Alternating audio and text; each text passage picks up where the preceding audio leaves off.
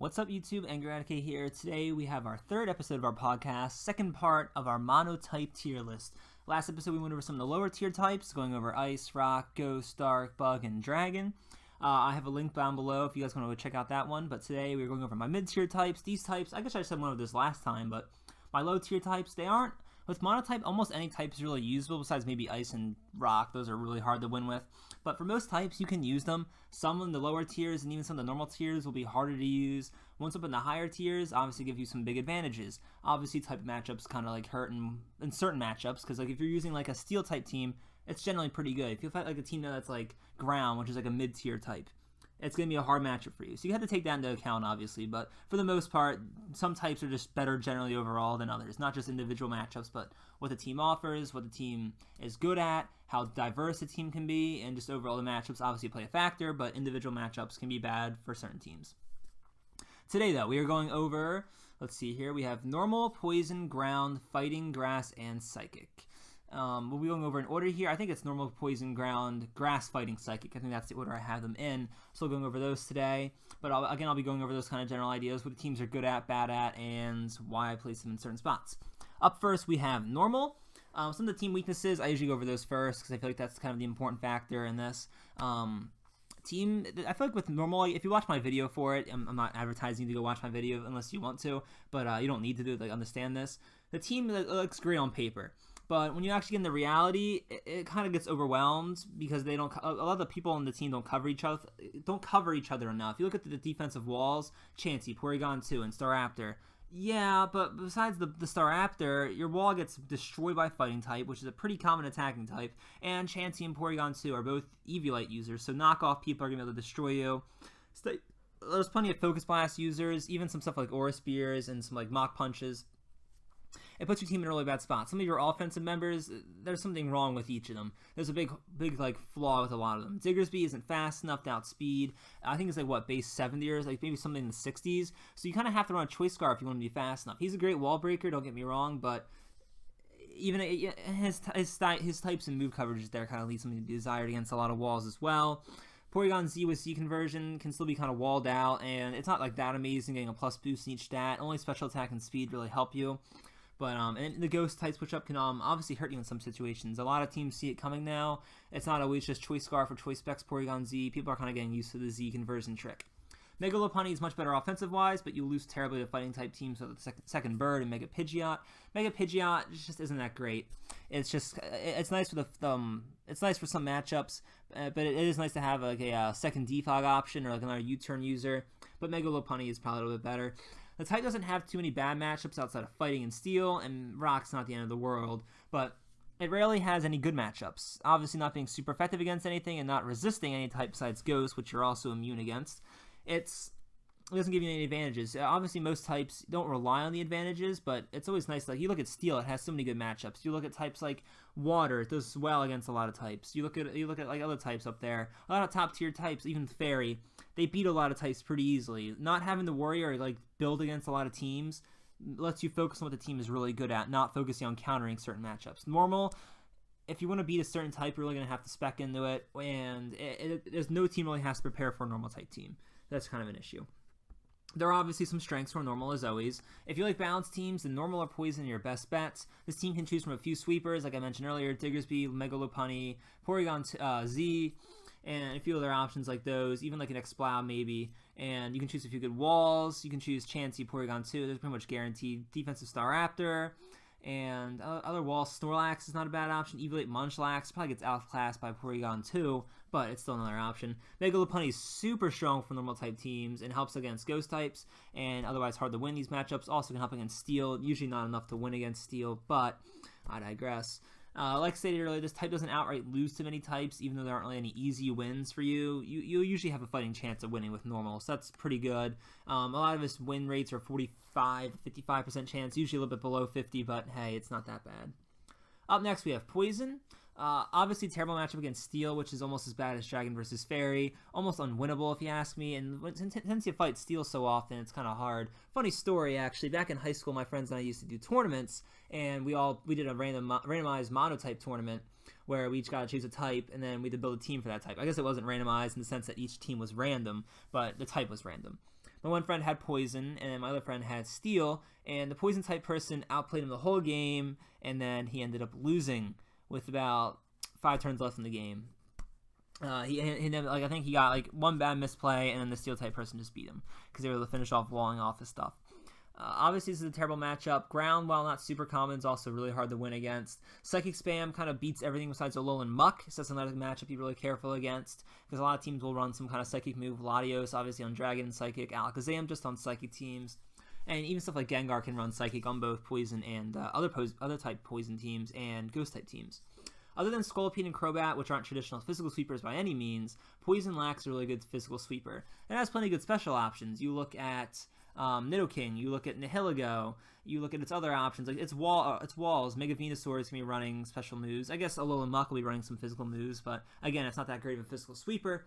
And Scolipede obviously is kind of gimmicky with the whole setup option, and Crobat doesn't hit too hard, so you're kind of lacking a really strong physical wall breaker. Not that you really need one necessarily, but it's something you just can't really run. Alright, I do like Poison type a lot. Looking forward to making my team for that. I'm doing my showcase. But its core is amazing. You look at Mega Venusaur, Toxapex, Alolan Muck. They cover each other very well. Obviously, Psychic for the Alolan Muck is the one thing that covers Psychic. Mega Venusaur helps cover Toxapex weaknesses to Electric. And Alolan Muck is weak to Grass. And Mega Venusaur is at least neutral against that. And usually is decent against some ground type users. And then there's a few other options you can run on top of that. You can run, let's see here. You can run some other, what was it? Garbodor is not a terrible option if you want to run Toxapex, more of a defensive team.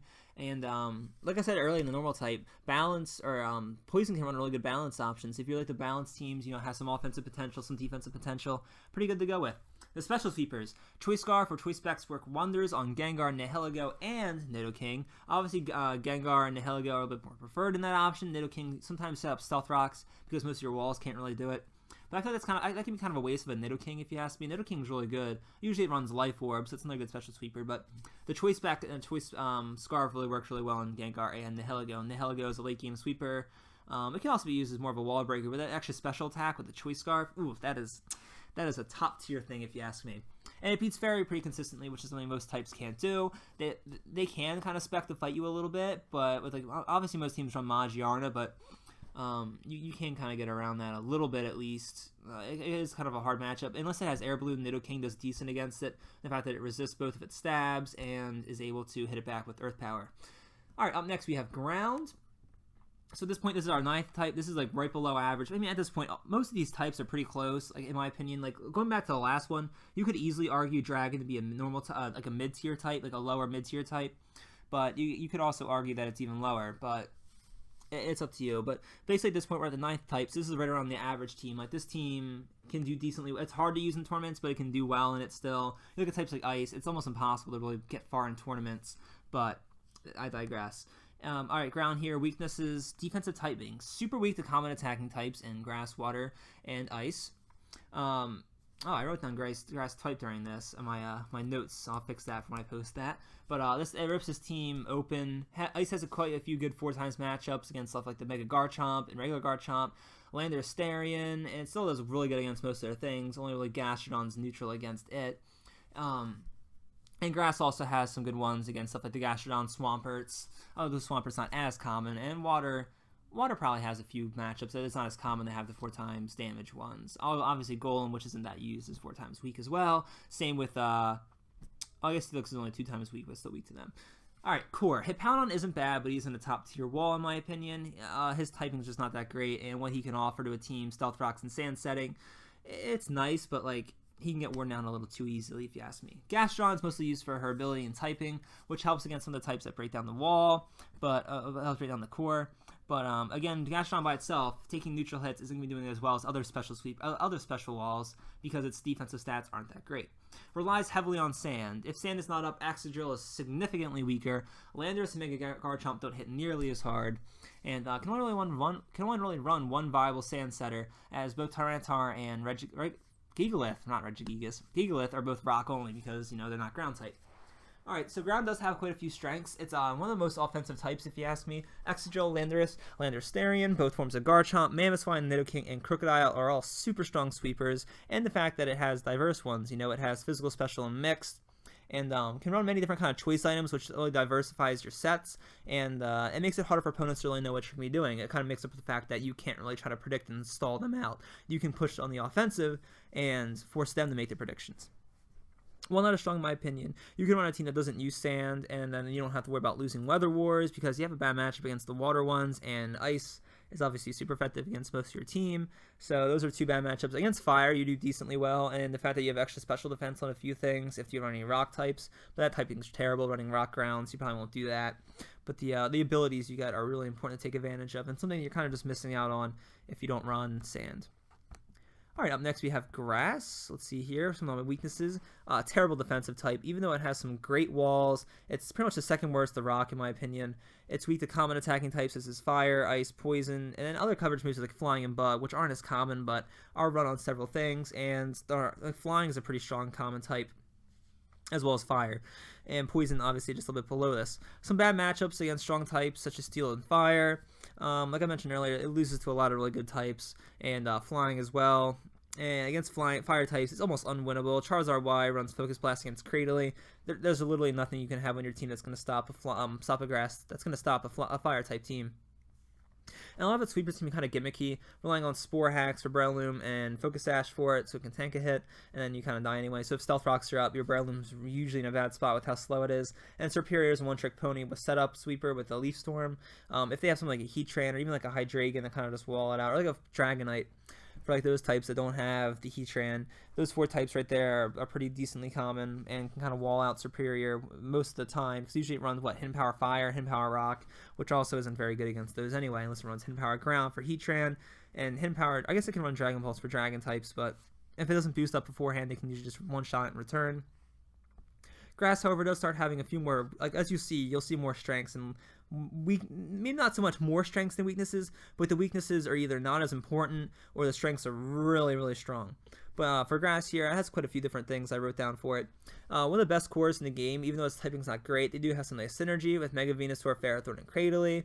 And even so, as long as you're getting some decent predicts off, you're not making any big mistakes. Your core is usually able to survive and give your sweepers more of a chance. Tapu Bulu is amazing with grassy terrain, obviously one of the most important things for grass type teams.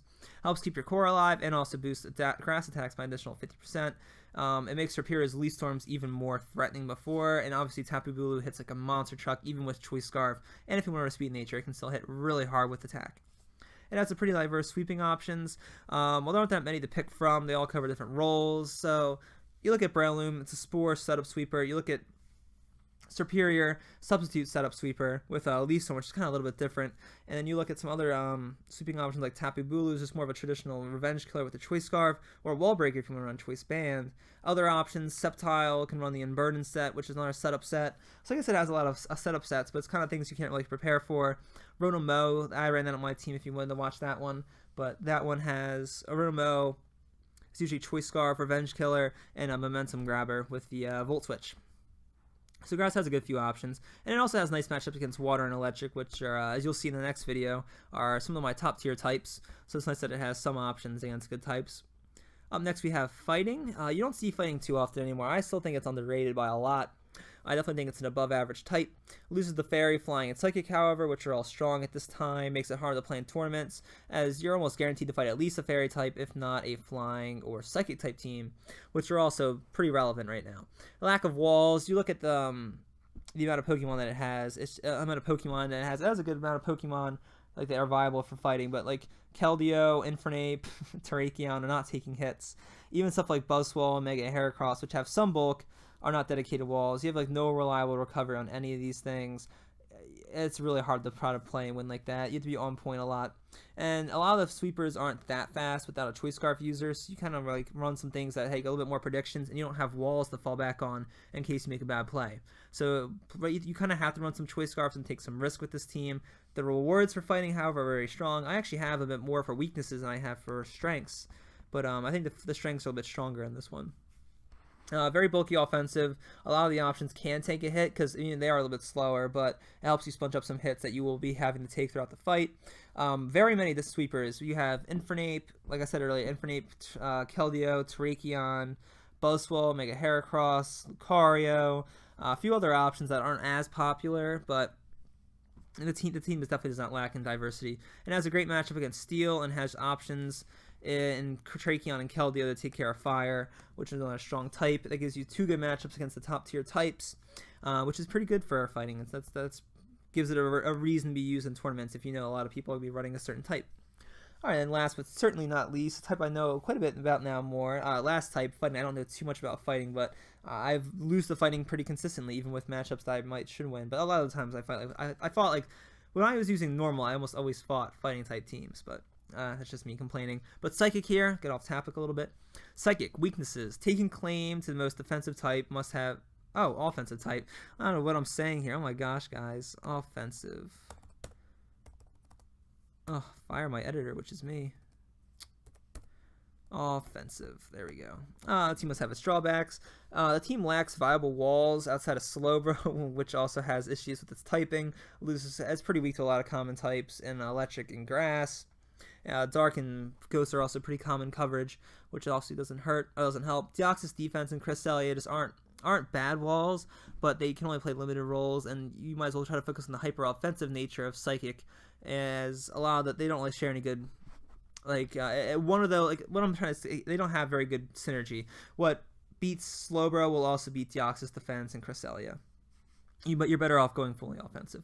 Due to this, teams can really fall apart if you make a bad prediction or play poorly. If you use a Choice Scarf user and you make a bad misplay, you're probably going to be sacking off at least one thing. Either that Choice Scarf user or someone else to go back for another choice move. So it can be kind of bad with that aspect. The hyper offensive, though, we'll go over the strengths now. The hyper offensive type to play has so many different strong sweepers from Alakazam, Victini, Latios, and Mew. So it actually doesn't have that much diversity if you ask me, but what it does have is super strong. This team can generally nuke down opposing teams in 15 turns. A lot of my fights with my Psychic type team, which should be up by now. I think it came out 2 days ago, actually. This is coming out 2 days after the Psychic one. I'm recording this all way ahead of time, but I do believe that helps. Many sets work really well together. UZ can set the terrain to really show off Psychic's offensive nature. It really helps boost off like Alakazam's Psychic, Victini's if it's running Zen Headbutt, or if Jirachi helps you net a lot more one-hit KOs. And ignoring priority. Being a frail type in Psychic is super important to not be getting hit by priority. Mega Scizor, Sucker Punch users in particular are very nasty against Psychic, and the fact that you can't be hit by any of these, and people will mess up a lot against this, not so much in like later rounds in tournaments and high level ladder play, but even if they just forget and like they don't go for the move, but they go into the thing or think, okay, I can just deal with this thing later with a priority move, and they realize, oh wait, I can't, that helps you, it also gives you a bit of mind games and kind of demoralize the opponent. Deoxys speed is one of your best supports in the game. Access to taunt, screens, and entry hazards. You can kind of be tailor-made to what your team wants, or wants to beat, or what it's good against. What sweeper you want to help support. If you want Stealth Rock support, or like if you want some screens up to help a tank for a few turns to set up. It really kind of gives you some like differences in what you can run on your team, which is pretty important. And matchup-wise, it doesn't really lose to too many of the top types besides Steel and Fairy, which obviously are the most common, but Steel's not terrible. I ended up winning actually Psychic versus Steel round 3 of a tournament. I'm not sure how good he was, but I ended up winning 1-0. Victini obviously does great work against that type, and against some of the Fairy type teams, it's not like the end of the world, like a bad matchup. You can usually have decent coverage options to do well. Jirachi's pretty important in that matchup, so you have some things you can build into to counter that. So it's not the end of the world bad, but you do have to play well. But I don't think it's like enough to the point where it should be a weakness for it. But that's all I really have for you guys in this episode. Let me know what types you think are right around the middle. This one was actually about 10 minutes shorter than the last one. This is actually where I wanted the amount of time to be, right around 15 to 25 minutes. I don't want to be going over like 25. I just think that people get bored after that point. But if you don't do enough content, you really shouldn't be posting up videos. But again, let me know what you guys think about these types. Let's battle on Showdown, guys. Like always, hit me up down in the comment section below. I love fighting you guys on Showdown. A lot of fun. That's why I do it. That's why I do it. But if you like this kind of content, we have plenty more on the channel. So make sure you guys head over and check out the channel. Subscribe if you want. I put up about 3 or 4 videos a week right now, so you're gonna be getting a lot of content. All you gotta do is subscribe. It's not costing you anything. This isn't Twitch, guys. I'm joking with you mostly. I mean, obviously it's free, but you don't have to subscribe if you don't want to. It's all good, boys. But I hope to see you in the next one. We have part 3 coming out next week. Hope to see you out there.